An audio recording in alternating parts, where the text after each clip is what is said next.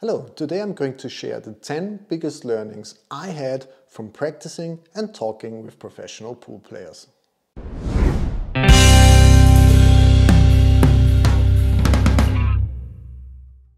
Hello, my name is Norbert. In the last 18 months during the pandemic, I started a podcast, pocketed the Pool Billiard Podcast. I had the chance to talk with very interesting people like Fedor Gorst, Albin Ouschan, Christina Tikac, Jasmine Ocean, Margaret Fifilova, and many more.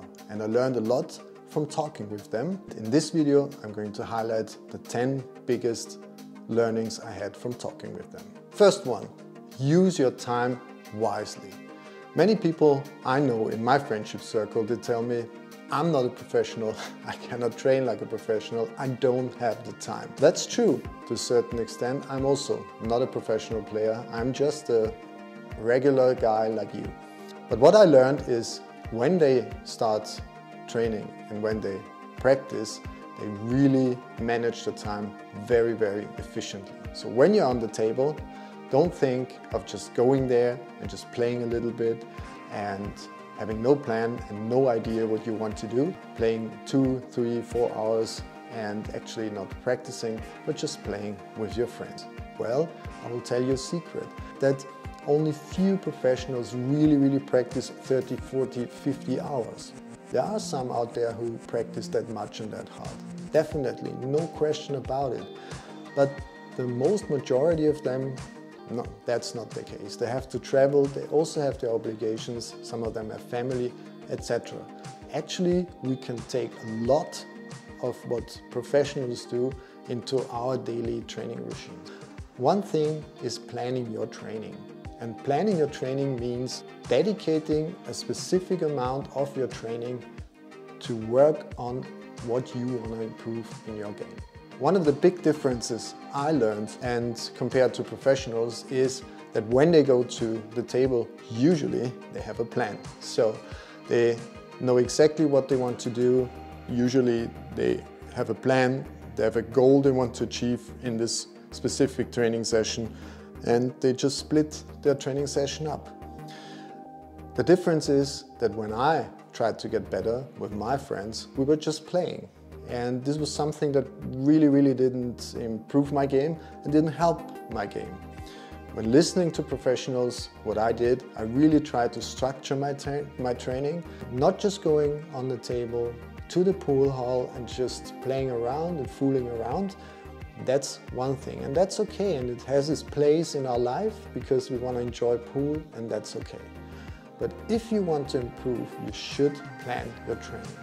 If you know that you're going to be at the pool hall for 2 or 3 hours, dedicate a portion of it, especially at the beginning, to work on your weaknesses, where you're still fresh and your concentration level is high.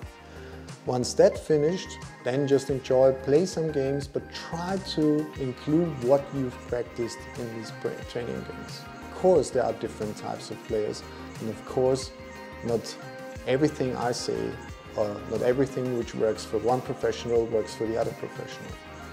But in a big scope, in general, that's what they do. Practice what you are bad at. One big difference I noticed when talking to professionals or practicing with them was that they really work on their weaknesses. If I look at myself, what happened to me?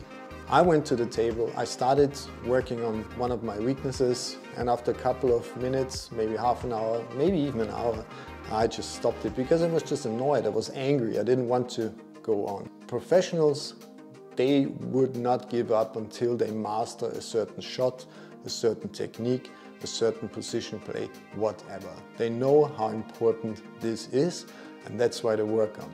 We are not professionals, so we don't really need to maybe put that much time and that much effort in. But if you want to get better, if you want to improve, then you really need to work on your weaknesses. Playing straight pool. Another thing I really learned, Albin Ouschan very famously stated that he starts each and every of his training sessions with straight pool for a very good reason. One of these reasons is that you loosen up a little bit, you warm up, you get the short position play, middle position play, long shots, everything. It's very, very good.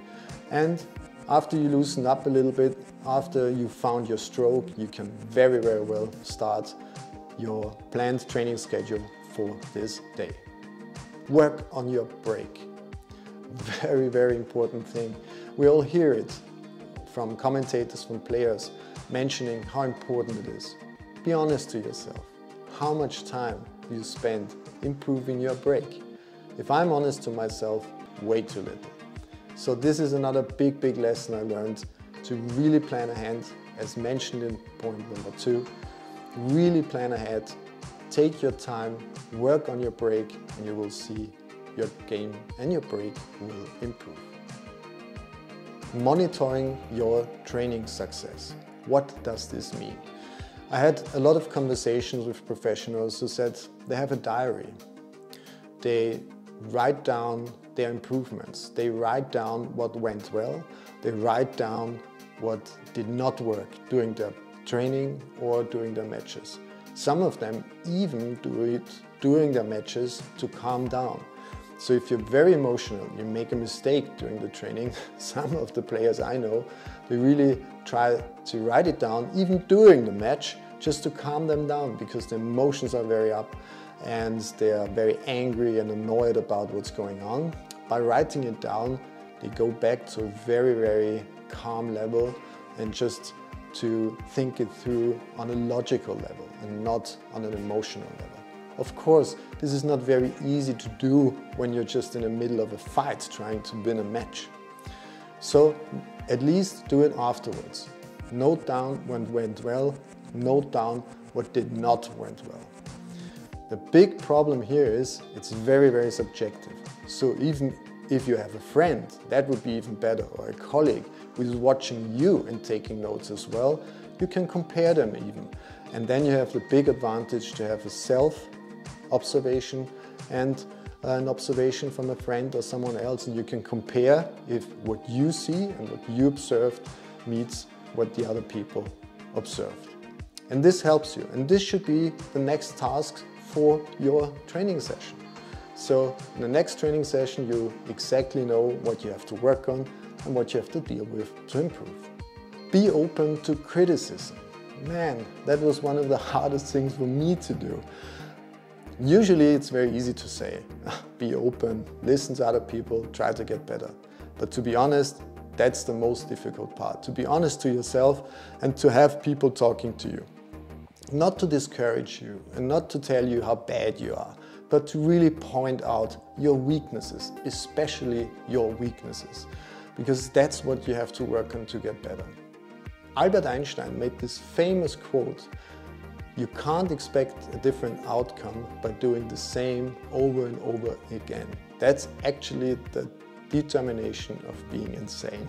So if I transfer this to me and to my approach to training, that's what I did in a couple of years. So I always went to the table and did the same thing over and over again and expected to improve. Of course, this is not going to happen. It only went better for me when I started listening to people which were very critical to me and maybe sometimes weren't even my best friends or my best buddies. But that really helped me, and then I knew what I really had to work on to improve. Practice. That sounds really, really stupid. Of course you need to practice when you want to get better. The question is, when should you practice?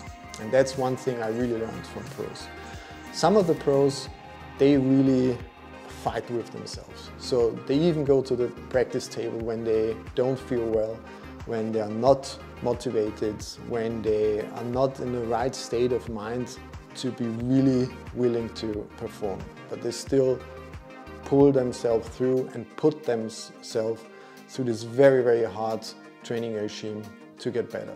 Some other professionals though, and I find that very interesting, they even stop their training session. If they go to the table and they feel, it's not my day, it's not how I feel, I don't have the right attitude today, it's not worth it. And that's very interesting to know as well. So find your way and try to observe yourself.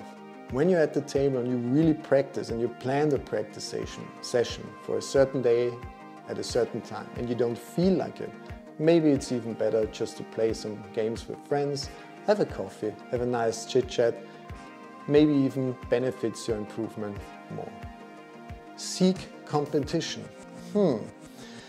What do I mean with it? Of course you want to play against people, you want to play in tournaments, in leagues, etc., etc.